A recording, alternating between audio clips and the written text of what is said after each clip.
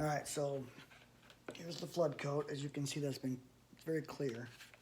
There's still little bubbles in there, but you're not going to get rid of that, right? I mean, absolutely, from just mixing it. You're going to have to do the heat gun, which I'll show you in a minute.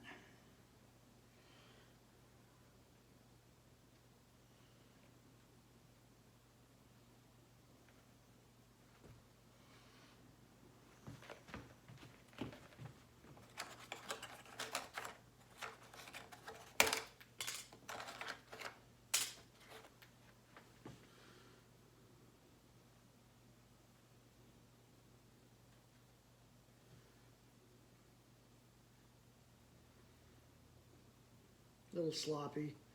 I could be a little slower about it.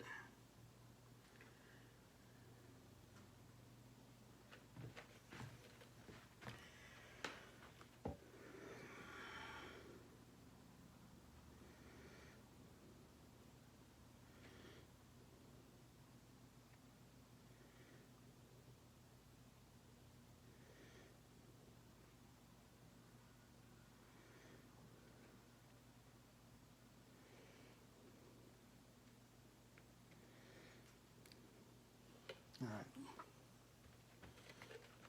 Go put this away.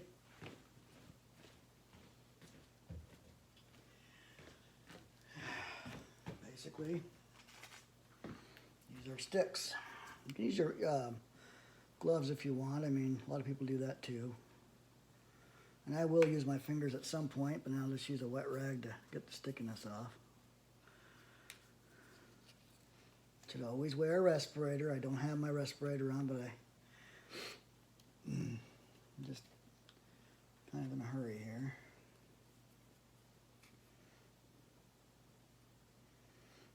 This is a unique one here. It's got a big old crack. So I don't know how many times I'm going to have to flood coat this. Maybe one more time, just to make sure we get everything done.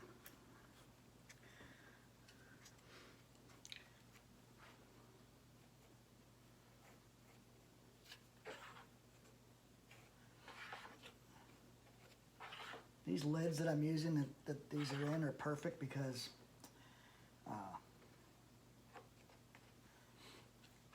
when it builds up over time, because it will build up over time, you'll have all this epoxy that just kind of floods inside these things.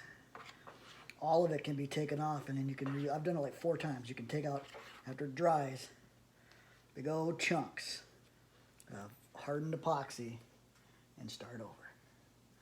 So I would recommend you getting something like this versus buying one of those expensive mats. These are a lot cheaper and they do the same thing. And you can get pretty good size. Like this one's huge. So you can see I can do 3 things at once.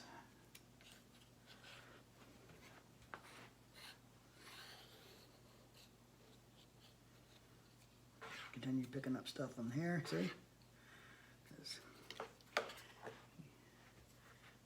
You don't want to waste.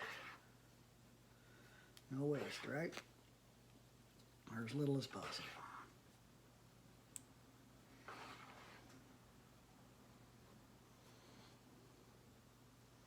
Plenty of time. No need to rush. Now I sanded all of these with a, actually I think it was a 80 or 60 grit, just to get the roughness so this epoxy will stick on the sides. If you don't do that, what'll end up happening is it doesn't stick as good, and then it leaves a rough area right along the edge. Kind of a pain. But as you can see, everything's working out.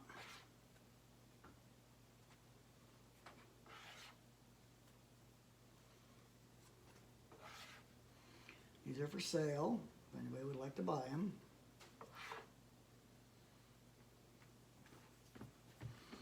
This one I love a lot. I love red, my favorite color. I used a mold to get these handles like this. Let me tell you, those molds, they're expensive, but they're worth it. You could do templates, I suppose, too, but in order to do epoxy with the wood, you're going to have a mold to dump the epoxy in.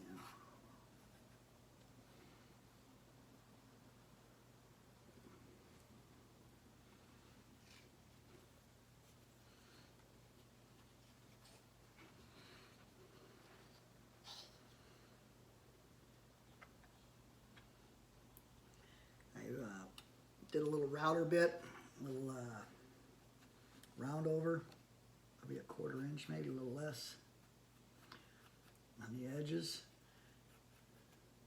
So because combined with sanding it, which will make the epoxy stick, the rounded edge gives you a smooth feel when the customer goes to grab it. Nothing worse than buying an expensive charcuterie board and it's rough. We don't need to have it rough. It needs to be very smooth.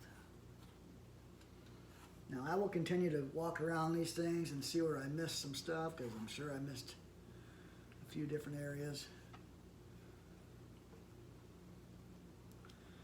Yeah, because you got time. You got a good 20-30 minutes before this thing, maybe even longer than that. So anyway, that's how I do it. And then I'll show you my heat gun, which is actually Wagner. I said DeWalt, but it's a Wagner. And it just basically looks like a blow dryer, except it's a lot more heat. This will, I think, is better than flame, especially inside the house. I'm in my house. And I wait a little while. I'll let this set up for a good 10 minutes before I'll even come close to doing anything. But as you can see, I'll get this off of here. As you can see, look how clear that is. Now there's always going to be micro bubbles in there. This 1-to-1 epoxy is not perfect. But unless you have a microscopic eyeballs, you're not going to notice those micro bubbles. It's going to look just like you see here. Looks like it's wet. It'll look like that when it finally cures. And you got to give it a few days. So when you do these molds, it takes up to 30 days for epoxy to cure. So if you don't give it that time, it can tend to move on you, bend, and whatnot. So you don't want to do that. This is one of the other ones I just kind of threw the excess into. I still need to throw a little bit more in there, maybe. Maybe not. Maybe I have enough. Because then I'm just going to sand that down and then I'll pull it out of there and do a flood coat. So that'll look nice too when it's done, because it's got the clear coat, which is just barely 1/8 of an inch on the top.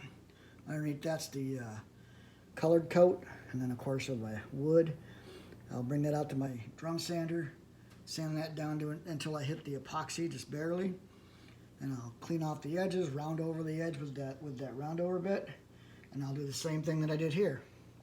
See how that round is? If you have a sharp edge, it won't look that smooth with the epoxy. Do the same thing with the crosses.